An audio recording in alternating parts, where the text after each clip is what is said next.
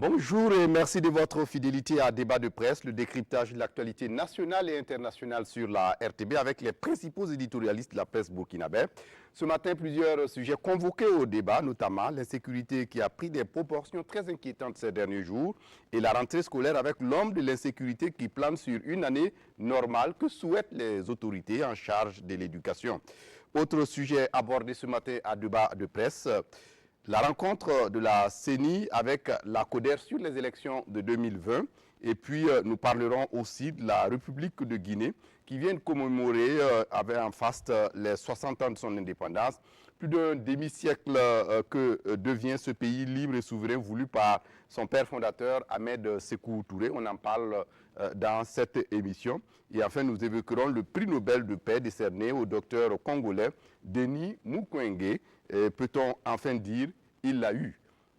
Pour analyser ces faits de l'actualité, nous sommes avec Hyacinthe Sanou de Omega FM. Hyacinthe, bonjour. Bonjour Fousseni. Merci de venir pour le débat. Deuxième invité à ce débat, Mauro Kanazoé. Bonjour. Bonjour. Vous êtes journaliste et vous êtes freelance, si on peut le dire ainsi. Merci d'être venu pour le débat. Troisième invité à ce débat, Abdoulaye Tao du journal L'économiste du Faso. Bonjour. Merci d'être là. Et puis, notre quatrième invité n'est autre que Xavier Belem-Nigré de Radio Burkina. Bonjour Xavier. Merci à tous d'être venus pour ce débat. Alors, premier sujet, l'insécurité qui prend des proportions inquiétantes. Hyacinthe Sanou, 7 militaires tués à Inata et dans l'est du Burkina, 6 policiers tués dans l'explosion d'une mine artisanale à Solé, près de Titao dans le Loroum. Et puis hier, un militaire également tué. La situation sécuritaire au Burkina se dégrade de jour en jour. Et finalement, on est à se demander si ces forces du mal ne nous soumettent pas à une guerre d'usure. Est-ce que c'est votre analyse? Oui, c'est véritablement la stratégie apparemment adoptée par ces forces du mal, comme vous dites. C'est-à-dire qu'on a une multiplication des foyers. Déjà, on a un maillage du territoire qui est pratiquement scientifiquement étudié. Il n'y a pas une zone maintenant du Burkina Faso qui n'est pas soumise à une certaine fragilité sécuritaire. Et donc, on a ce maillage-là qui se fait petit à petit. On sent qu'il y a cette volonté, en tout cas, déjà, de créer autant de foyers que nos forces de défense et de sécurité auront des peines à résorber et en même temps de créer ce sentiment de terreur qu'on veut susciter. Déjà, on compte les morts chaque jour que Dieu fait et ça enfle ce sentiment de terreur là au sein des populations. Vous avez aujourd'hui près de 246 personnes qui sont décédés du terrorisme depuis avril 2015. C'est dit l'ampleur du phénomène, mais je pense qu'il y a des éléments aujourd'hui qui peuvent toujours maintenir la flamme de l'espoir. Le premier élément pour moi, c'est au-delà de maintenant l'appréhension de la stratégie, de la technique utilisée par les terroristes. Il y a cette collaboration entre les forces de plus en plus visible sur le terrain. On a vu, notamment pour les 2 dernières attaques que vous avez signalées, l'appui donc aérien français, Barkhane pour ce qui est de Inata, mais également hier au niveau de Pama avec la force française. Donc, on a déjà cette collaboration qui, pour moi, c'est la clé de la lutte antiterroriste, c'est cette union, en tout cas, que ce soit le pays, que ce soit au-delà des débats idéologiques et politiques. Je pense qu'il faut cette union-là pour pouvoir combattre ces forces du mal-là, parce que lorsqu'ils déposent une mine au passage d'un véhicule, ça ne choisit pas la nationalité de la personne qui va sauter dessus. Et la seconde chose, pour moi, c'est aussi cette ferveur, je dirais, populaire, en tout cas, autour de la nécessité de faire front. On a vu avec la journée de jeûne de prière, et je pense que c'est quand même intéressant qu'il y ait ce sentiment citoyen-là de pouvoir faire front, parce que lorsque on n'a pas cette union-là autour de la cause, c'est-à-dire tout le monde n'est pas sensible, en tout cas, à d'abord mettre fin au terrorisme. Les querelles politiques, les querelles individuelles peuvent revenir, mais il faut d'abord vivre dans un climat de paix. Donc je pense que c'est les éléments, en tout cas, qui sont de nature à nous conforter à l'idée que on pourra venir à bout de ce phénomène. Oui, Abdoulaye Taoué, est-ce que c'est votre sentiment également que ceux qui nous font la guerre savent ce que c'est que la guerre et que face à cela, on n'a autre choix que de s'unir et de renforcer l'union et la cohésion nationale? Je crois que dire que si ça fait la guerre, je crois qu'ils l'ont démontré. Ils sont peut-être mieux préparés que nous à ce conflit. La preuve, c'est qu'ils ont diversifié le front. Ils sont en train de nous tourner en rond, comme on dit. Mais au-delà des chiffres macabres, je crois qu'il y a deux choses qu'il faut remarquer. Et ça nous a parlé du fait qu'aujourd'hui, il y a une coalition des forces qui se mettent en place. Et ça, c'est très important. Et ça, cette coalition des forces se met en place au moment où la nature des attaques sur le terrain change. C'est des attaques groupées, massives qu'ils font, les terroristes, et il y a des dépôts de mines. Ce qui fait qu'aujourd'hui, on est obligé, dans les dispositions que notre armée avait, de revoir notre façon de réagir. Et je crois que la coalition des forces aujourd'hui permet aujourd'hui de donner une réponse. Peut-être que ce n'est pas encore la meilleure réponse, mais ça permet aussi de dire aux terroristes qu'il ne suffira plus de frapper et de se retirer calmement, comme si de rien n'était. Aujourd'hui, je pense que la guerre devient psychologique. Ils peuvent frapper, mais ils ne sont pas sûrs aussi qu'ils ne seront pas touchés, comme c'était il y a quelque temps. Deuxième élément que je voudrais faire remarquer, on a parlé de guerre à l'usure. Et je crois que dans l'esprit, dans la stratégie des terroristes, c'est un peu de créer cette psychose, de créer même, voire même de troubles en interne, un soulèvement à l'interne, parce qu'il ne faut pas se cacher la face. Ces événements que nous voyons, ce n'est pas gratuit, c'est planifié. Ils ont un objectif, on ne sait pas exactement lequel, mais je sais qu'un des éléments, c'est de s'aimer le désordre au niveau national, de rendre le territoire, enfin le pays, ingérable. Et aujourd'hui, qu'est-ce qu'on observe ? C'est vrai, la comptabilité macabre est là, elle est difficile à supporter, mais en réaction, on voit que les gens commencent à comprendre où les terroristes veulent nous mener et quelle est la réaction qu'il faut avoir. Et je pense que ça, c'est un indicateur qu'il faut prendre au sérieux parce que les Burkinabés sont en train de réagir. Petit à petit, on réagit. Sur la toile, on a encore le désordre habituel des postes alarmistes et qui condamnent, comment on appelle ça, l'inaction du gouvernement, la réponse qui n'est pas appropriée. Mais à la matière, c'est difficile. Hein. Il faut qu'ils apprennent à réagir, à s'organiser, à se donner les moyens parce qu'on n'a pas toujours les moyens. On discutait la dernière fois. Il faut équiper l'armée d'anti-chars. D'anti-mines, c'est facile de l'écrire. Mais aller sur les sites militaires, demander combien coûtent les Kaspersky, les véhicules anti-chars. C'est des centaines de millions, voire des milliards pour certains dispositifs.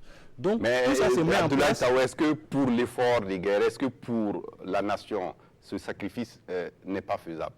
C'est ce qu'il faut faire. C'est vers ça qu'on doit tendre. Et pour ça, il faut qu'on soit tous d'accord parce qu'il y a des choix difficiles qu'il faut faire. On a un budget qui n'est pas extensible. Le budget qu'on est en train de proposer autour de maximum 2500 milliards. Combien on enlève dedans pour équiper notre armée? Il faut qu'on soit courageux. On dit, on ne construira pas de barrages cette année, ou bien on va laisser tomber le raccordement de telle ligne à telle ligne pour faire l'effort militaire. C'est des choix que nous devons faire. Il faut qu'on accepte de le faire, de l'assumer aussi. Et c'est vers ça qu'on doit tendre parce que on est en temps de guerre, il va falloir faire des sacrifices pour pouvoir contrer l'ennemi avant de chercher à se rétablir. Oui. Et Maourou Kanazoué? Je crois que tout a été dit, mais c'est l'aspect vraiment unité des Burkinabés qui m'intéresse le plus parce que tout ce que nous disons, c'est de la théorie. Chacun y va de ses arguments sans connaître vraiment le fond du problème, sans avoir les données réelles, les données exactes. C'est vraiment presque, je dirais, du n'importe quoi en guillemets. Et là, si on ne se met pas ensemble, nous ne pouvons pas accompagner efficacement les autorités et les soldats sur le terrain. Tout ce qu'ils veulent de nous, c'est ça. C'est pas de l'aumône ou bien de nos discours. C'est vraiment la solidarité pour qu'ils sentent que derrière eux, le peuple est uni. Et ça, je commence à percevoir ça effectivement. On voit déjà que les femmes de Bobo ont manifesté. Marché, oui. Et il a annoncé une marche aussi à Ouagadougou mardi, je crois. Voilà. Donc, cette dynamique-là est à consolider parce que c'est la seule façon pour les populations, en plus de tout ce qu'on peut faire, bien sûr, comme action de solidarité, de renseignement, d'information, le réflexe de toujours prévenir quand on voit des choses suspectes. Tout ça, c'est ce qu'on nous demande, pas plus.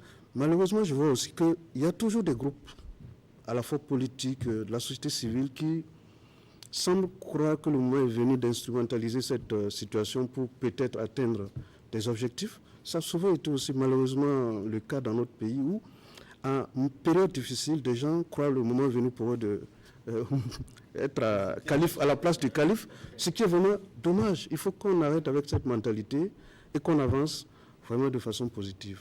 Ok. Oui, Xavier. Oui. Non, c'est de bonne Si vous estimez que la personne qui est là ne fait pas, n'est pas la personne idéale, vous prétendez être la personne idéale. Donc c'est de bonne guerre d'utiliser quand même. jusqu'où. Oui, jusqu'où. C'est ça la Et question. Xavier, vous aurez la parole, mais Hyacinthe, c'est intéressant ce que vous dites, mais seulement le problème, si aujourd'hui vous avez la solution, n'attendez pas d'être au pouvoir avant de la proposer. Alors, mais il y a des gens qui ont été choisis pour présider aux destinées du Burkina Faso. Il y a des gens aujourd'hui qui ont tenté leur chance et qui ont échoué, qui sont donc ce qu'on appelle des opposants à ce pouvoir.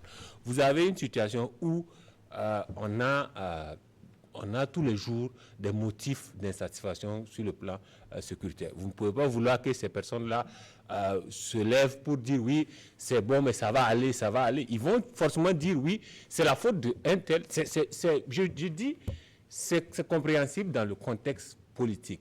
Parce que c'est simple. Aujourd'hui, on a l'opposition qui réclame la tête de 2 ministres et qui dit même qu'il faut des militaires à la place, notamment au ministère de la Défense. C'est simple, c'est une promesse du président Roch Kabore pour certaines périodes de ne pas avoir de militaires dans son gouvernement. Si il ne peut pas aujourd'hui se dédier, voilà, c'est quelque part essayer de pousser à la fois, profiter de cet instant. Maintenant, comme on l'a dit, c'est jusqu'où on peut mener ces questions. Jusqu'à présent, je pense qu'on n'a pas franchi, en tout cas, le seuil qu'il ne faut pas. C'est vraiment des petites querelles de politique pour montrer que l'autre n'a pas bien fait le boulot et que moi, si j'étais à sa place, j'aurais mieux fait le boulot. C'est simple. Mais dans le contexte sécuritaire, il y a bien sûr ce seuil-là à ne pas franchir. Pour l'instant, je pense qu'au Burkina... Ailleurs où la notion des nations existe, je pense que la chose est perçue autrement, oui. Moi, je voudrais juste dire quelque chose. Je suis d'accord en partie seulement avec ce que ça nous dit. Mais vous savez, on n'a pas déclaré encore ni l'état de guerre, ni l'état d'urgence. Mais on y est presque. On y est presque. C'est-à-dire, c'est une décision qui est difficile à prendre parce que ça a des implications. Mais les politiques, eux, ils savent l'ampleur de la situation. Ce que j'ai dit, c'est valable aussi pour le pouvoir. C'est-à-dire que dans ces situations difficiles, il faut qu'on cherche à rassembler le plus largement possible les compétences, les idées, et voir quelle est la réponse appropriée qu'on peut ensemble. Parce que la situation de l'état d'urgence, l'état de guerre, ça va limiter nos libertés. On ne peut pas dire n'importe quoi en ce moment. Actuellement encore, ça va, on peut dire ce qu'on veut.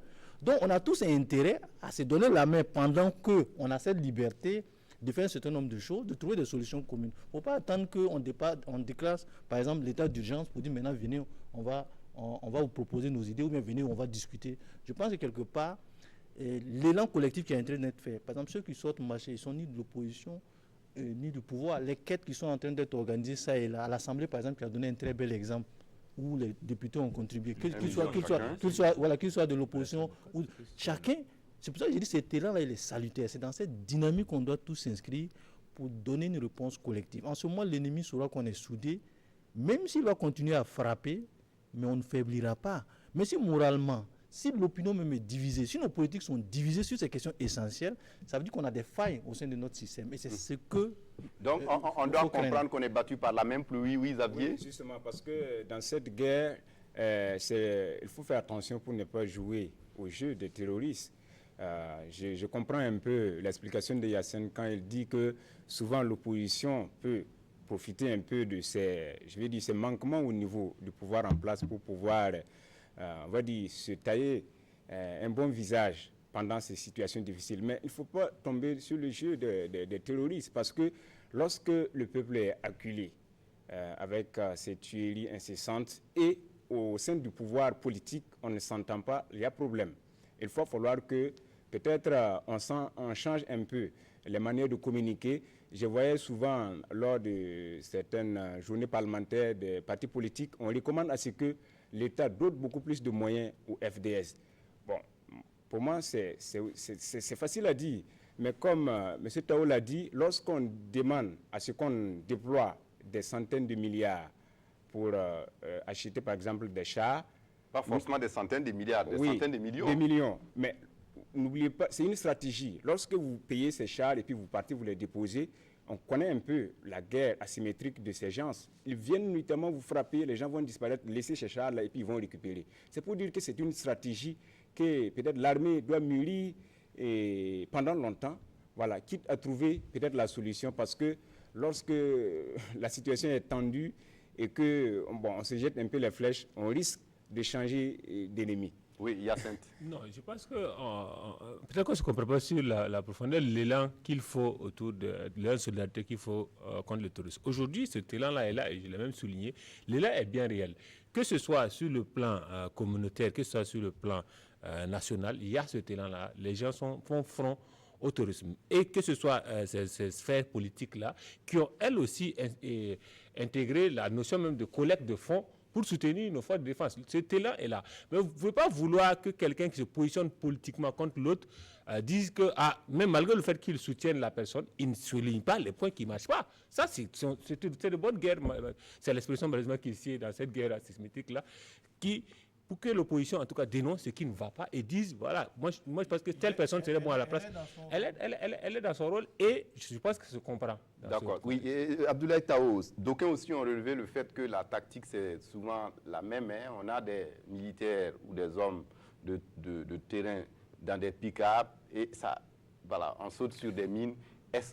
Et c'est des véhicules qui ne sont pas souvent équipés, voilà, des tapis anti-mines.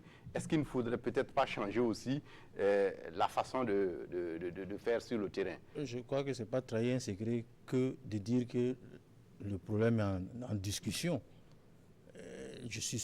Aujourd'hui, le sujet est en débat, même au sein, les mêmes soldats posent le problème. Ce n'est pas la hiérarchie qui ne pose pas le problème. La question aujourd'hui, c'est de trouver les voies et les moyens pour équiper rapidement nos forces de l'ordre. Parce qu'effectivement, les patrouilles telles qu'on les mène actuellement exposent effectivement les hommes. Et même le matériel, parce que c'est le matériel qui conduit les hommes.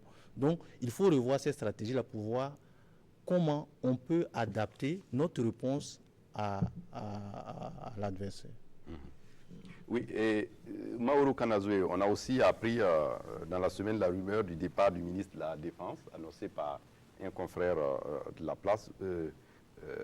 Vous, qu'est-ce que vous en pensez? Bon, vous avez parlé de rumeurs. Moi, je préfère des faits plus sérieux, mais n'empêche qu'il est vraiment dans une situation assez délicate quand même. Hein. Il semble que dans cette fois-ci, il y a la main des PTF. C'est possible, mais je veux dire que son bilan est assez mitigé, sinon même insuffisant. Et quand on en arrive à cette situation, il faut peut-être prendre ses responsabilités. Il aurait dû depuis longtemps même demander à être remplacé parce qu'il y a des problèmes. Mais je ne sais pas où en est le dossier. Toujours est-il qu'il n'est pas bien vu dans le contexte. Certainement, à Omega, ils en savent un peu plus. On n'est pas dans le secret de Kossiam jusqu'à la preuve du contraire en tout cas. Mais je pense que ça se comprend aussi, c'est comme dans le domaine du football. Lorsque l'équipe ne gagne pas, la première tête qu'on voit à sauter, c'est l'entraîneur. Donc je pense que ça se comprend dans le sentiment général, mais je pense que les personnes habilitées à décider décideront en âme et conscience. Mais ce qu'il faut acheter peut-être, ce que Tao a dit dans la réponse sécuritaire, il y a aussi des exemples qui pour moi doivent faire d'acheter. On a aujourd'hui une certaine accalmie, si on peut dire, au niveau du Niger. Après une certaine stratégie déployée par le Niger, notamment ces bases avancées vers la frontière, vers les différentes frontières entre le Burkina et le Mali. Pourquoi ces genres de stratégie ne pourraient pas être... Qu'est-ce qui nous empêche de tenter, bien sûr, de suivre, d'explorer ces pistes-là, et peut-être ça va nous permettre de résorber un peu cette situation insécurité en tout cas qu'on vit tous les jours. Donc je pense qu'il y a autant de pistes en tout cas à vouloir. Bien sûr, chaque piste a ses avantages et ses inconvénients, mais je pense que tout ce qui marche, tout ce qui peut permettre en tout cas de garantir une certaine sécurité, une certaine stabilité à notre pays doivent être explorées. Et c'est dans ce contexte que les élèves et étudiants du Burkina ont repris le chemin de l'école la semaine dernière. Et avec donc Abdoulaye Tao, ce défi sécuritaire qui plombe l'éducation dans nombre de localités du pays, comment rassurer davantage ces milliers d'enseignants qui ne demandent qu'à faire leur travail partout au Burkina où ils servent? Là, c'est l'épineuse question de la responsabilité de l'État. Il y a le droit à l'éducation des uns qui va être mis en danger, le droit à la santé de certaines personnes qui vont être bafouées parce que justement l'État n'arrive pas à remplir ses fonctions régaliennes qui d'assurer ce minimum-là aux populations. C'est lié à la sécurité. Et si une région est constamment menacée par les terroristes, il va sans dire que il y a un certain nombre de services publics qui ne vont pas pouvoir être rendus. Mais je crois que le ministre Ouattara, dans son intervention devant nos confrères, a dit que le département a intégré la question sécuritaire. Ils ont un dispositif qu'ils ont mis en place qui permet d'adapter leur réponse, justement, au cas où la situation venait à se dégrader sur l'ensemble des zones qui peuvent être concernées par ces attaques-là. Je pense qu'il y a de l'anticipation. Il y a de l'anticipation, c'est le mot qui a été d'ailleurs dit, il y a de l'anticipation dans l'action des ministres concernés. Et je pense que c'est ce qu'on demande aussi à notre armée, parce que depuis, comment on appelle ça, depuis la mise en place du nouveau régime, ces premiers contacts avec les terroristes ont commencé et on est à 2-3 ans, on ne sait pas vraiment quelle est la stratégie qui est mise en place. Ça interpelle aussi, j'allais dire, nos officiers supérieurs, l'état-major. Il y a des états-majors aériens, armées de terre, etc., etc. C'est à eux de proposer. Parce que quand on réclame la démission d'un ministre, il y a des pays où les ministres n'ont jamais été que des militaires. Il y a eu des civils en France. Il y a une dame même qui a été ministre de la Défense. Mais est-ce que ça a joué sur les capacités de l'armée française? L'État doit effectivement donner les moyens à ces techniciens-là, c'est aux techniciens de proposer les réponses. Le ministre ne peut pas dire faites ça. C'est à l'état-major, aux spécialistes de la défense de nous proposer les réponses. Ils veulent tel type d'équipement. On verra dans quelle mesure. Aujourd'hui, le peuple est prêt, je pense, vu la menace, à faire un certain nombre de sacrifices pour doter notre armée. Est-ce que démettre un ministre, c'est la réponse? Donc vous êtes d'accord avec ceux qui estiment que quand un militaire ne doit pas attendre qu'il soit ministre avant de proposer une solution à cette crise? Ils sont leur boulot, ils sont formés, ils sont payés pour ça. Donc si vous avez une idée, l'état-major est là, vous donnez votre idée, on avance. Oui, Xavier, sur la question de la rentrée, on l'a vu, il y a le défi sécuritaire qui plombe un certain nombre d'efforts dans le pays, notamment au nord et peut-être à l'est. Mais il n'y a pas que ça. 43 000 nouveaux bacheliers viennent s'ajouter à ce qui existe il y a un déjà. certain nombre de préoccupations que les enseignants ont mis sur la table, notamment sur leur protocole d'accord qui peinent à se mettre sur une cinquantaine de points, il n'y a que 18, semble-t-il, qui sont satisfaits. Là-dessus, je vais peut-être pointer du doigt ce que je vais qualifier de mauvaise foi des acteurs, parce qu'il faut le dire honnêtement, la dernière fois, qu'est-ce qu'ils ont dit? On leur a promis une bonification d'échelon, alors qu'objectivement, la loi ne le permet pas. Alors, le ministre l'a expliqué, ils se sont heurtés à une loi, la loi notamment qui régit les agents de la fonction publique, qui ne permet pas cette bonification. Alors, ça veut dire qu'à la signature donc, du protocole d'accord, les acteurs savaient bien que la loi existait, mais pourquoi ils ne l'ont pas rafé? Bon, ça c'est la mauvaise foi, que ce soit de part et d'autre, que ce soit pour les syndicats et pour du syndicat. Maintenant, les autres défis, notamment les personnes qu'il faut mandater rapidement pour que les gens puissent rejoindre les classes, ça c'est un conglomérat administratif que l'État traîne depuis des années. Ce n'est pas seulement les enseignants, même ceux qui ne sont pas nombreux, on arrive à les mandater très rapidement. Bon, difficilement, je vais dire, pour qu'ils rejoignent un peu les services. c'est l'éternel problème. Par rapport aux étudiants, le ministre en charge des enseignements supérieurs a essayé un peu d'expliquer le mécanisme qui a été mis en place pour recevoir. Il y a eu une inscription en ligne. Ils ont tenté d'innover avec une plateforme justement. en ligne, mais apparemment, il y a des petits soucis. Justement. C'est quand vous causez avec les nouveaux bacheliers, c'est notamment lié qu'il y a vraiment de grands soucis à ce niveau. Notamment avec la connexion. Le ministre aussi a promis, une subvention d'ordinateur pour les étudiants. Bon, on va attendre de voir ça sur le terrain avant de beaucoup critiquer. Mais ce que je voulais dire par rapport au protocole d'accord, il faut que les acteurs jouent franc jeu. Parce que finalement, c'est nous, parents d'élèves, qui subissons. Lorsque vous signez un protocole d'accord, alors que vous savez objectivement qu'il y a des points qui vont coincer après, là, il y a un problème. Que ce soit les syndicats, que ce soit le gouvernement. Voilà. Oui, et Maourou Kanazoé. Bon, l'aspect sécuritaire de la rentrée, là, je crois qu'il ne faut pas prendre de risques.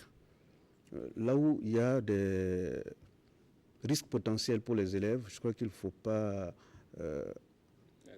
les amener à courir, à s'exposer.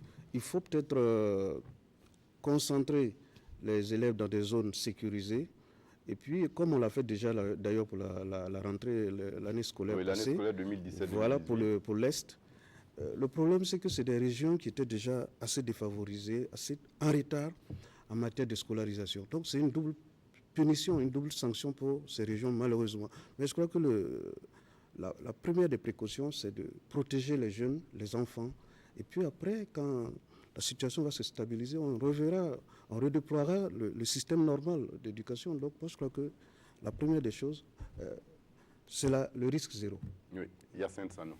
Je suis tout à fait d'accord avec sur cette précaution en tout cas à prendre. Je pense que la première des choses, c'est de préserver la vie de ces personnes innocentes-là. Je pense que le ministère, en parlant d'anticipation, a dû intégrer cela. Forcément, on a près de 500 écoles fermées dans le Sahel. On sait qu'on va intégrer une session spéciale pour le Sahel. Il faut intégrer cette zone-là pour l'Est aujourd'hui parce que vous avez des zones où, notamment à Nassungou, on a fait le constat, il y a une quinzaine d'écoles qui n'ont toujours pas repris. Donc, vous avez à intégrer cette session spéciale-là pour ces élèves et ces enseignants forcément parce que vous ne pouvez pas les soumettre au contexte sécuritaire actuel qui est le leur. Donc, je pense que c'est en cela qu'on doit penser à l'anticipation. Bien sûr, cela vient se greffer aux problèmes éducatifs qui existent déjà. Xavier l'a un peu souligné.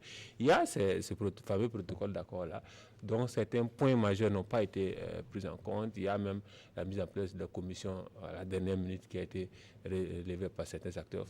Dans un contexte normal, ça serait le cours normal d'une année scolaire, c'est-à-dire les discussions entre les enseignants et le ministère, les accords éventuellement. Mais aujourd'hui, il y a cette donne sécuritaire qui s'ajoute. Aujourd'hui, vous avez des enseignants qui marchent en tout cas pour qu'on garantisse la sécurité, notamment à Congoussi, pour qu'on garantisse la sécurité pour ce qui est de l'exercice de leur travail. Donc, vous avez forcément à prendre en compte ça. Je pense que la meilleure des choses dans le domaine, en tout cas, de l'éducation, c'est de ne pas prendre de risques. On n'est pas dans le domaine, tout à l'heure on parlait de l'armée elle-même.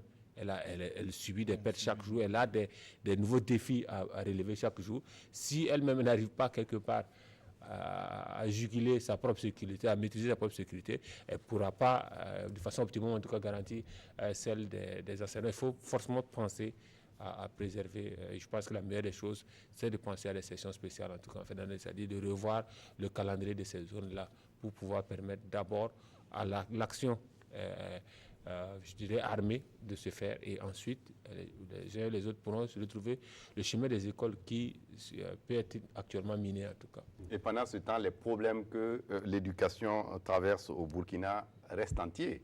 Abdoulaye Tao. Totalement, parce qu'on a des problèmes d'effectifs, on a des problèmes, les revendications des enseignants, statuts valorisants qui sont en débat. Bon, il y a quelqu'un qui dit que tout est prioritaire dans ce pays, mais je pense qu'on n'a pas le choix que de procéder, comme l'a dit Kanazoé, il faut effectivement protéger les populations, protéger les élèves, protéger les enseignants et voir dans quelle mesure on peut dérouler l'année. Je crois que quand je parlais d'anticipation, le ministre a même dit que dans certaines provinces, par exemple, le calendrier des vacances, des congés va être remanié pour permettre justement à ce que les gens puissent... Puisque l'année scolaire 2017-2018 n'est pas terminée. N'est pas achevée. On a essayé de voir quelles mesures d'urgence. Voilà, des aménagements sont en cours, justement. Mais ceux qui étaient en classe intermédiaire ont des problèmes avec le volume horaire à rattraper pour valider justement un certain nombre d'acquis. Oui, on va passer au troisième sujet, la rencontre de la CODER Kanazoé avec la CENI. Le président de la coalition pour la démocratie et la réconciliation nationale, CODER, Ablasse Ouedraogo, qui est par ailleurs président de Le Faso Autrement, a déclaré jeudi dernier que l'organisation politique qu'il dirige est satisfaite du travail mené par la CENI, et notamment les réformes que la commission est en train d'opérer en vue des échéances électorales de 2020. Alors qu'au niveau du CEFOP, apparemment, c'est pas... Voilà. Oui. Est-ce que ce n'est pas une voix discordante? Bien sûr, mais c'est comme une bouée de sauvetage un peu pour le président, parce que là, on a rarement vu une crise aussi dure au sein de la CENI, qui est quand même un organisme assez consensuel, qui a toujours bien fonctionné par le passé, sans accroc, sans vague, et dont les actions ont été saluées, notamment l'action du président. Curieusement, cette fois-ci, les opposants membres du CEFOP, il faut savoir que la CODER, des partis membres de la CODER font aussi partie du CEFOP, mais il se trouve que le président en exercice actuel de la CODER, par contre, ne fait pas partie du CEFOP, en l'occurrence M. Ablasse Ouedraogo. Bon, quels sont les arguments qu'il a avancés? Bon, il y a des points de dissonance évoqués par on peut dire les conseillers dissidents.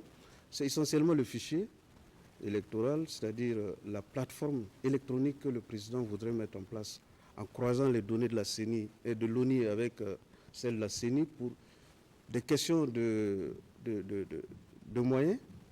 Ensuite, il y a la gouvernance même du président qui gérerait seul, un peu en solitaire, l'institution et d'autres problèmes.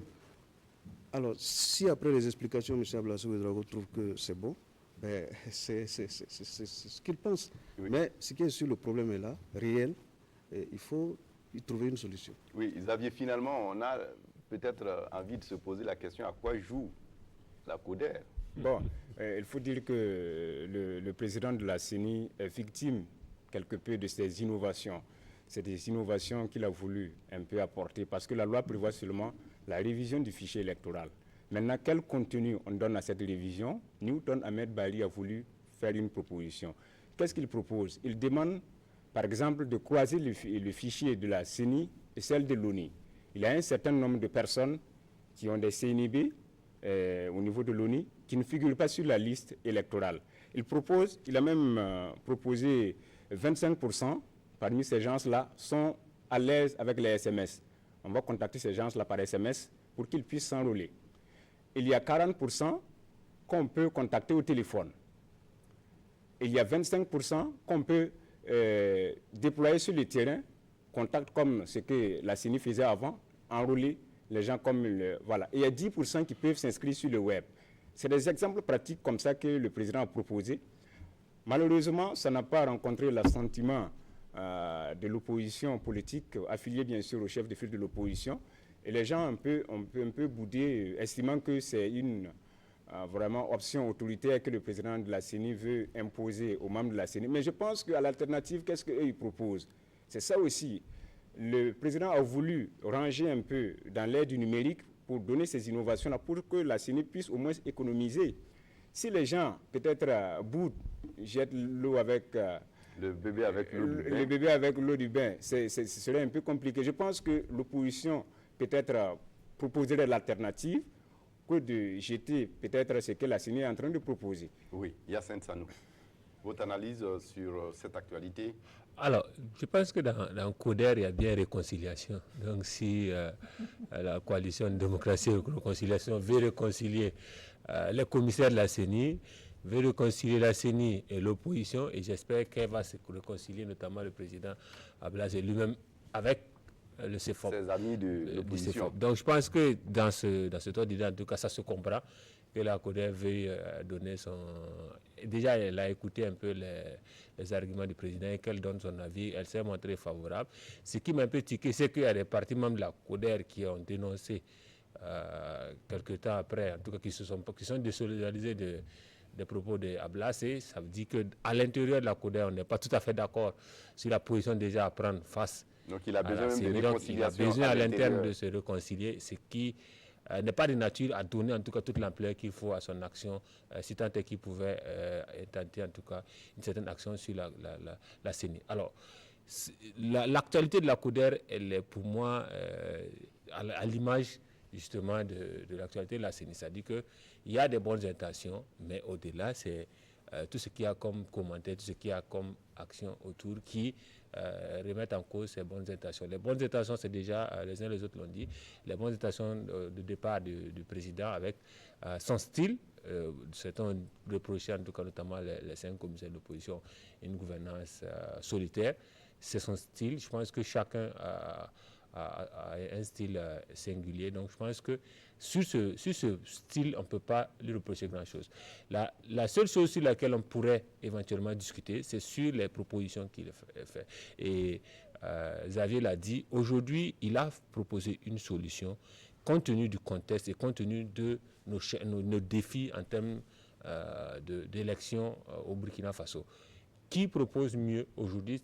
Les commissaires de la CENI, en tout cas, qui ont fait ces sorties-là, n'ont pas proposé un schéma clair, voilà, qui nous avance plus que l'innovation proposée par le président. Donc pour moi, il y a nécessité de peut-être s'asseoir autour d'une table. Ils ont reproché le fait qu'il n'y ait pas eu aussi cette concertation, même si pour moi, en lisant un peu la déclaration de ces commissaires, j'ai de noter une volonté de se retrouver peut-être hors de Ouagadougou, comme on le voit dans un atelier séminaire.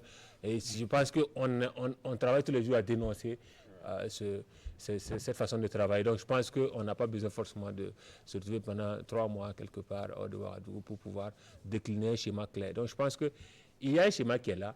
S'il y a un autre schéma qui est plus pertinent, je pense qu'on peut la proposer et l'étudier. On peut le proposer plutôt et l'étudier. Aujourd'hui, ce n'est pas ce temps d'idée que je suis les 5 commissaires et je pense que c'est à cela qu'il faut les interpeller. Aussi, le style de communication, pour moi, n'est pas de nature à réunir les acteurs. Aujourd'hui, on a vu la première sortie des commissaires par écrit dans la presse. On a vu la réaction du président en conférence de presse, en déclaration officielle. On a vu encore une autre sortie de commissaire. Je pense que, comme on le dit, le linge sale se lave en famille. Déjà, si ces différents arguments s'étaient réunis, en tout cas, autour d'une table au niveau de la salle de donc cette passe d'armes n'honore pas forcément la CENI. Pas du tout. Ça n'honore pas la CENI. Ce n'est pas de nature à donner, en tout cas, une certaine crédibilité, une certaine puissance à l'action de la CENI sur le terrain, autant que les passes d'armes à l'intérieur de la CODER et la passe d'armes de la CODER et le CFA ne sont pas de nature à donner de la force à l'action de réconciliation de la CODER, en tout cas sur la CENI. Mais est-ce que, comme l'a dit Mauro, la visite de la CODER à la CENI apporte de l'eau au moulin du président contre ces détracteurs, si on peut le dire ainsi? Pas vraiment. C'est d'abord le président de la CENI qui a rendu visite à la CODER. Donc, il a besoin d'expliquer à toutes les parties prenantes de la CENI, notamment la partie politique, son idée d'innovation, tout ce qu'il a comme proposition. Donc. Mais dans sa dynamique, aujourd'hui, la CODER n'est pas de nature pour moi, en tout cas, à pouvoir agir sur l'opposition. Déjà, on a, comme je l'ai dit, c'est ce positionnement du président de NS6, Ablassé Ouedraogo, vis-à-vis de CEFOP. Que pourrait-il vraiment avoir comme action pour influencer l'opposition, pour qu'elle le trouve? C'est vrai que c'est un ancien, en tout cas, ministre des Affaires étrangères, un ancien chef de la diplomatie, donc il doit avoir des talents de diplomate, mais c'est en cela que, en tout cas, j'ai des appréhensions. Ça dit que sur l'impact réel de la CODER, je pense que le problème de la CENI doit se résoudre d'abord à l'intérieur de la CENI, et c'est aux différents acteurs de monter leur bonne. Aujourd'hui, on a un défi. On est déjà dans le calendrier électoral. ce débat n'est pas de nature à... Parce que quand on va le finir, on va se rendre compte qu'on est déjà en retard dans le calendrier. Il faut forcément le résorber. Je pense que il y a un référendum à organiser, à d'autres échéances. C'est un tel qu'il est toujours programmé. Oui, et Abdoulaye Tao. Moi, ce débat-là, vraiment, moi, je le trouve pas déplacé, mais il est un peu gênant. Il est un peu gênant parce que ce débat, on l'a eu à l'Assemblée nationale, où on a dit qu'on allait réviser le code, etc., etc. Et c'est là-bas que le problème du fichier de l'ONU qu'on devait croiser avec celui de la CENI a été déposé. Tout le débat qu'on est en train de faire a été fait à l'Assemblée nationale. Et la loi est passée. Il y en a qui ont voté, il y en a qui n'ont pas voté, il y en a qui se sont abstenus. Aujourd'hui, on revient avec le même débat. Maintenant, c'est le président de la CENI qui est cible. Moi, je pense que c'est une manœuvre politique. Je peux me tromper, mais si c'est ça, je pense que le pays n'a pas encore besoin de ça. Parce que, comme Yacine l'a dit, on est presque en pré-campagne. Effectivement, il faut que la CENI achève son calendrier pour que les élections aient lieu à bonne date. Si on se met à vouloir la tête du président qu'on accuse de mauvaise gestion, je ne rentre pas dans ce débat, mais il a tendu une perche à ses adversaires. La SE est là, la Cour des comptes est là, et puis même si vous avez des éléments, déposez plainte à parquet, déposez une plainte à la gendarmerie. Je pense qu'il y a quand même assez de moyens d'interpeller le président de la CENI sur sa gestion. Si vous avez des preuves, déposez les preuves. Là, on est rentré dans un débat sur sa personne, sur sa gestion qui serait, j'allais dire, autocratique. Mais le fond du problème, c'est comment on organise ces élections. Est-ce que le dispositif qu'il met en place est fiable ou n'est pas fiable? S'il n'est pas fiable, qu'est-ce qu'on peut... On est en matière de technologie. Donc, on peut toujours recourir à un expert plus que soi pour corriger les défenses. Mais le débat n'est pas là. Le débat, il est ailleurs. Les mandats, les commissaires, je crois que leur mandat, c'est un mandat permanent. Ils siègent à plein temps. Et ils signent les PV des rencontres. Et c'est subitement maintenant que toutes ces décisions-là sortent. Moi, je peux me tromper, mais cibler le président de la CENI comme le problème, c'est pas lui le problème. Moi, aujourd'hui... C'est peut-être se tromper d'ennemi. C'est tromper d'ennemi. Aujourd'hui, est-ce que le mécanisme qu'il propose est fiable ou pas fiable? Est-ce qu'on peut l'arranger? Pourquoi il n'est pas fiable? Est-ce qu'on peut l'arranger? Est-ce qu'on peut l'améliorer? Moi, je pense que le débat, c'est là. Pourquoi on gagne du temps? Mais en même temps, il faut prendre le temps, il faut expertiser ce suis mécanisme de façon indépendante qui puisse rassurer tout le monde. Et combien de temps cela va prendre? Qui va le faire? Généralement, dans nos pays, on fait appel à l'OIF, l'Organisation internationale de la francophonie, pour les anciens fichiers. Qui a déjà fait son travail. Voilà. Mais pour ce travail-ci... L'OIF a été impliquée, c'est elle-même qui a proposé ce dispositif. Si c'est OK, il n'y a pas de problème. L'OIF a été impliquée dans ce choix de ce dispositif. Voilà. Maintenant, ce que j'ai dit, moi je ne peux pas accuser, j'ai dit aujourd'hui, si on a un doute, appelons un autre expert, c'est tout. Si ça a été audité par l'OIF, il n'y a pas de problème. Je suppose qu'après le croisement, on va faire ce travail. Ou pendant ce croisement, l'opposition est au sein de la CENI. Justement, elle pourrait faire ça. Et ceux qui dénoncent aujourd'hui sont au sein de la CENI. Voilà. Ils peuvent requérir des experts. Voilà. Parce que le consensus est très important. Oui. Parce qu'on a vu au Mali que c'est exactement la même chose qui a été faite. Et finalement, on a dit qu'il y avait des doublons. Une pagaille généralisée qui a un peu créé le consensus. Créons les conditions de ce débat. Parce que si vous sortez, c'est ce qu'on a reproché au syndicat. Quand vous sortez, vous demandez la tête de l'autorité. Comment vous pouvez vous asseoir avec cette autorité, la discuter, trouver un consensus? Il faut créer les conditions. Il ne faut pas se mettre. Si vous revendiquez, il faut vous aussi créer les conditions de faire passer vos revendications, mais de façon vraiment sereine. Voilà. En interne.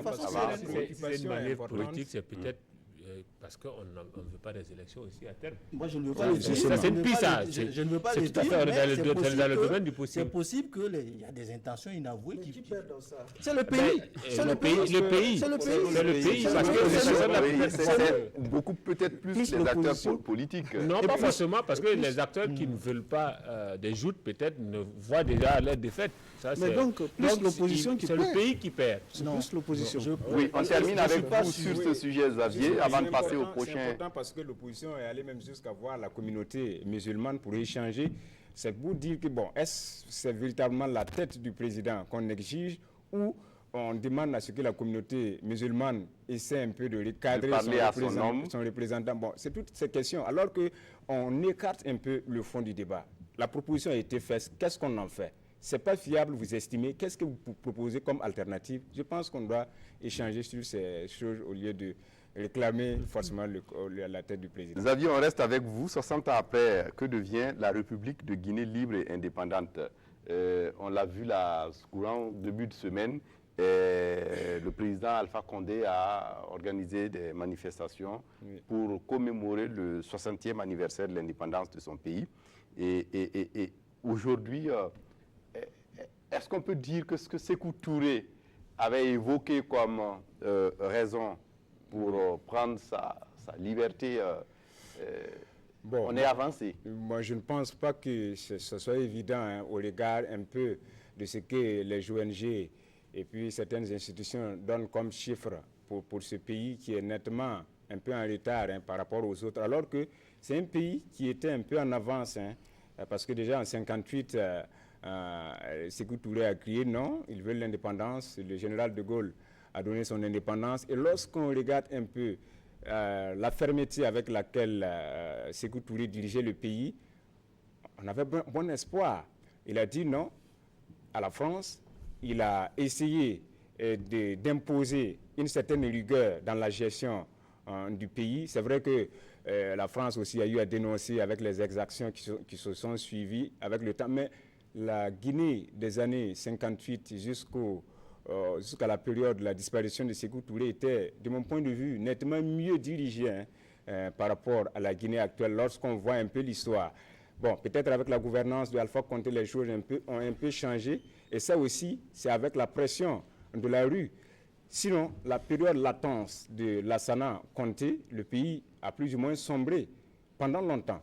On a vu un pays qui n'était pratiquement pas dirigé, le président qui pouvait rester dans l'anonymat pendant des jours, pendant des mois et réapparaître. Je pense que c'est cette période-là qui a fait sombrer la Guinée pendant longtemps. Sinon, la période de Sékou Touré était quand même assez glorieuse et le pays était respecté à l'époque. Oui, Hyacinthe, est-ce que c'est votre avis que quelque part les premiers moments étaient mieux que peut-être ce qu'on voit aujourd'hui? Oui, malheureusement, le constat est là que, comme on le dit en tout cas, aujourd'hui, pour le cas de la Guinée, les premiers, notamment les premiers à avoir l'indépendance pour la Guinée, sont devenus en temps les derniers dans le classement sur le plan africain.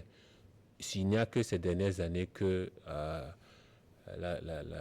Guinée semble assumer véritablement sa souveraineté, comme c'était le thème donc, des 60 ans cette année. Et on sent aujourd'hui qu'elle bouge, notamment sur certains plans, sur le plan de développement, sur certains chantiers. Elle avait des problèmes notamment en termes d'électrification. C'est depuis ces dernières années qu'on sent qu'elle tend à exploiter son potentiel hydroélectrique, notamment avec un projet de 3 grands barrages donc lancés par le président Condé. On a autant de chantiers qui sont lancés, en tout cas sur le plan des logements, sur le plan de la connexion Internet, sur le plan de la gestion des routes et autres. Donc, je pense que malheureusement, comme autant de pays en Afrique, on a longtemps réclamé cette souveraineté. Lorsqu'on l'a eu, on n'a pas réussi à pleinement en vivre, en profiter. On a été dans certaines joutes politiques, dans certaines sphères politiques, et notamment pour le cas de la Guinée, il y a eu, après l'époque Touré, donc cet enlisement sous Conté. Aujourd'hui, on tend à remonter en tout cas la pente. Certains se projettent en tout cas pour les grands projets sur 2020. Je pense que il faut espérer que les derniers seront peut-être les premiers d'ici là. Oui, Abdoulaye Tao.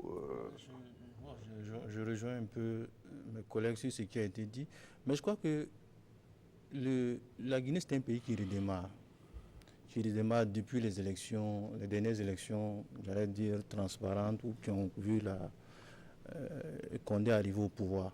Et pareil, quand vous regardez son opposition, c'est une opposition de qualité. C'est-à-dire que quel soit l'un ou l'autre qui est arrivé au pouvoir, on sentait que le pays allait bouger. Et effectivement, le pays bouge. Et je pense qu'un pays ne vaut que par la qualité de sa gouvernance, des hommes qui le dirigent. Alpha Condé est en train d'ouvrir des grands chantiers. Il y a ce qu'on appelle, tous nos chefs d'État ont des problèmes de gouvernance. Pour redresser un pays, c'est pas simple. Mais si je veux faire le rapport avec Sékou Touré, je crois que c'est que ce qui nous reste de Sékou Touré dans je ne vais pas parler de régime Condé, dans l'ère Condé, c'est peut-être quelque part dans le discours. Parce que c'est un homme qui dit quand même le fond de sa pensée. Il n'est pas dans avaler les couleuvres, comme on dit, surtout face à l'Occident, sur un certain nombre de thématiques. Il affirme un peu... On le voit, il y a des journalistes occidentaux qui ont souvent chaud avec lui. Voilà, et je pense que déjà, ça c'est des détails, mais ça fait du bien psychologiquement à une certaine jeunesse, à un certain nombre d'Africains qui voient peut-être en lui quelqu'un qui dit vrai et qui dit ce qu'il a envie de dire, qui ne se soumet pas.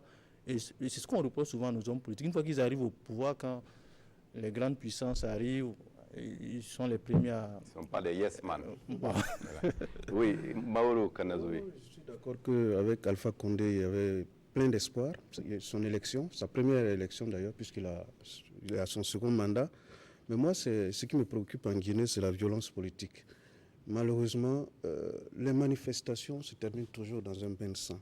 Je crois qu'il faut qu'on sorte de cette situation qui crispe vraiment la situation politique. Les policiers, les forces de l'ordre sont aptes à dégainer, on la gâchette facile. Et dans pas de manifestation sans mort. Moi, je crois qu'il faut sortir de ce cercle vicieux, sans compter les victimes des manifestations qui avaient eu lieu dans le stade et qui, jusqu'à aujourd'hui, voilà, n'ont pas encore eu droit à la justice. Donc, il y a ce lourd contentieux-là qu'il faut aussi régler, qui peut peut-être amener les Guinéens à mieux se retrouver. Un peu comme si le pays traîne l'impunité. Absolument. Et ça continue. Originelle. Voilà, et ça continue. Et si on n'exorcise pas un peu ce lourd passé, ça va être compliqué de pouvoir vraiment unir toutes les forces pour aller de l'avant et exploiter au mieux les potentialités du pays. Oui. On va terminer par le dernier sujet. Il ne nous reste plus beaucoup de temps pour achever avec cette émission. Le Nobel de la paix 2018 a été décerné vendredi dernier à deux personnalités, notamment deux lauréats, notamment le gynécologue congolais Yassine Sanoudeni Mukwege et l'activiste yézidi Nadia Mourad. Ce qui nous intéresse, c'est le Congolais, l'homme qui répare les femmes, si on peut le dire ainsi. Son engagement, en son temps, lui avait valu des récompenses, mais aussi son engagement lui avait valu des menaces. Il vaut toujours des menaces. Je pense qu'il ne fait pas l'unanimité dans certaines sphères, en tout cas, mais je pense qu'il a toujours ce style-là. Il est engagé, et comme le dit le film qu'il y a consacré, l'homme qui ne fait que réparer les femmes. Il ne prend pas soin de tout ce qu'il y a comme politique. On a vu un peu la réaction du gouvernement congolais, notamment du porte-parole, qui dit que ce prix Nobel n'est pas une sanctification de l'homme. Donc ça dénote un peu de la on le connaît assez critique à l'égard du pouvoir en place de Kabila. Vu du Burkina Faso, on peut bien sûr que saluer l'action de l'homme parce qu'on a eu la chance de bénéficier de ce service. On espère que ce prix Nobel va permettre à son action au Burkina, notamment au centre qu'il a créé à Nakamtenga, à 30 km d'ici, de Ouagadougou, dans la zone de Zignaré, d'avoir plus d'impact. Je pense qu'avec le prix Nobel, il y aura plus peut-être de mobilisation de ressources pour, notamment pour les femmes excisées, la prise en charge des femmes excisées dans ce centre-là qu'il a entrepris ici, donc au Burkina. Donc je pense que c'est en cela, en tout cas, qu'il faut saluer ce prix Nobel qui vient. Il a été plusieurs fois nominé. On a vu quelque part on désespérait même de le voir prix Nobel. Aujourd'hui, je pense que ça salue l'œuvre d'une vie, l'œuvre d'un homme qui véritablement s'est donné à une cause, celle de réparer les femmes sur le plan des violences sexuelles, notamment dans le fond de guerre au niveau de son pays, mais aussi au Burkina Faso, donc pour ce qui est de la lutte contre l'excision. Xavier. Oui, il faut peut-être voir un peu l'impact de ce prix au Congo, parce qu'il y a des voix qui s'élèvent déjà pour demander à ce qu'il y ait une transition dirigée par ce monsieur Non, justement, Mukwege. qu'on retarde un peu les élections parce qu'il serait mieux pour diriger le pays au regard de ce qu'il a fait. Bon, Yacine l'a dit, Lambert Mende est sorti rapidement pour dire qu'il ne faut pas mélanger politique et humanitaire parce que c'était carrément des choses différentes. Mais Ah oui, il ne faut pas mettre des grains de sable dans le couscous de certaines parce personnes. que oui, c'est évident. La politique, c'est carrément différent de ce qui se passe au niveau du service médical. Ce que je veux dire, c'est que ce prix aura certainement un impact, que ce soit sur le plan politique en République démocratique du Congo, parce que ça va redonner espoir à ce peuple qui est un peu retranché dans cette province et qui lutte aussi pour se faire entendre par Kinshasa, qui malheureusement n'est pas de bon ton avec cette population, parce que c'est une population qui est pratiquement encerclée par une milice et ce n'est pas évident. Oui. Et Abdoulaye Tao, on peut dire qu'enfin il a. Oui, on espérait qu'il ait le Nobel depuis. Moi, vraiment, je suis en admiration devant ce monsieur qui travaille depuis des années. Il est très besogneux et puis il est engagé. Je crois que c'est l'esprit du Nobel, ça. Des gens, des anonymes qui sont dans leur coin, qui travaillent pour une cause souvent méconnue. Aujourd'hui, c'est vrai que il arrive, il a eu beaucoup de prix qui ont mis en exergue son engagement. Mais je pense que pour lui, c'est aujourd'hui la consécration. Peut-être que c'est, comme l'a dit Conségré, c'est aujourd'hui, il faut voir comment on peut amplifier. Parce que souvent, le Nobel aussi, ça sert à ça. Une fois que vous avez le Nobel, il faut voir comment vous pouvez préparer l'héritage. Hein? Non seulement en RDC, mais comme l'a dit Sanou. Lui-même, il a dit sur RFI, notre combat est reconnu, nous demandons maintenant une réparation. C'est-à-dire que le Nobel est une étape, ça appelle une seconde étape qui est la réparation, parce que selon lui, il ne suffit pas seulement de reconnaître son combat, mais il faut une réparation en faveur de ces victimes des viols et violences en République démocratique du Congo, particulièrement dans l'est du pays, et notamment dans la région de Bukavu où il exerce depuis. Bon, là, il va rentrer peut-être dans le débat politique, parce que demander réparation, il faut trouver qui a fait le dommage et réparer. Maintenant, on peut passer dans le sens de réparer. Lui, il fait de la réparation, j'allais dire médicale, physique et psychologique. Maintenant, si c'est la réparation au sens de dommages et intérêts, bon, là, on rentre dans une dimension où je pense que lui-même ne va pas s'en sortir. Mais je pense qu'il n'a jamais caché ce point de vue, notamment sur le plan de l'implication de l'État congolais, la nécessité de réparation, en tout cas, de ces victimes-là. Lui, il fait le côté médical, mais il a toujours réclamé également, en tout cas, que l'État. C'est pour ça aussi qu'il n'est pas aussi aimé que ça. Et même le film dont on parlait a été à un moment censuré dans son pays. Et aujourd'hui, on voit avec la réaction du porte-parole du gouvernement que jusqu'à présent, il y a toujours cette méfiance encore vis-à-vis de l'homme. Et je pense que lui, il est dans son combat, que ce soit ce qu'il lui fait en tant que médecin, il tient aussi à réclamer les droits de ces personnes. Donc il y a une certaine homogénéité. Et je pense que c'est cela que consacre le Nobel. Oui. Et Mauro. Je crois qu'au-delà de ce médecin très courageux, c'est vraiment tous ceux qui défendent, qui luttent pour la cause de la femme en Afrique, qui sont honorés. Et il y a beaucoup d'anonymes, des femmes comme des hommes, des organisations, de la société civile, qui sont au quotidien aux côtés des femmes dans les épreuves qu'elles vivent. Et je crois que vraiment, cette cause ce Nobel doit leur être dédié, au-delà de ce monsieur qui est très connu, mais il y a aussi plein d'autres personnes qui travaillent au quotidien et dont l'action doit être reconnue aussi par chaque citoyen et par la communauté internationale. Voilà, on va s'arrêter là pour le débat de presse de ce dimanche. Dimanche prochain, c'est un autre jour de débat. Merci à tous les quatre d'être venus. Était là pour le débat Hyacinthe Sanou de Omega FM, Mauro Kanazoé, journaliste freelance, Abdoulaye Tao de journal L'Économiste et Xavier Belem-Yégré de Radio Burkina. Merci à vous d'être venus pour votre disponibilité. Merci également aux téléspectateurs pour leur fidélité à Débat de presse et à dimanche prochain pour un autre numéro de Débat de presse. Au revoir.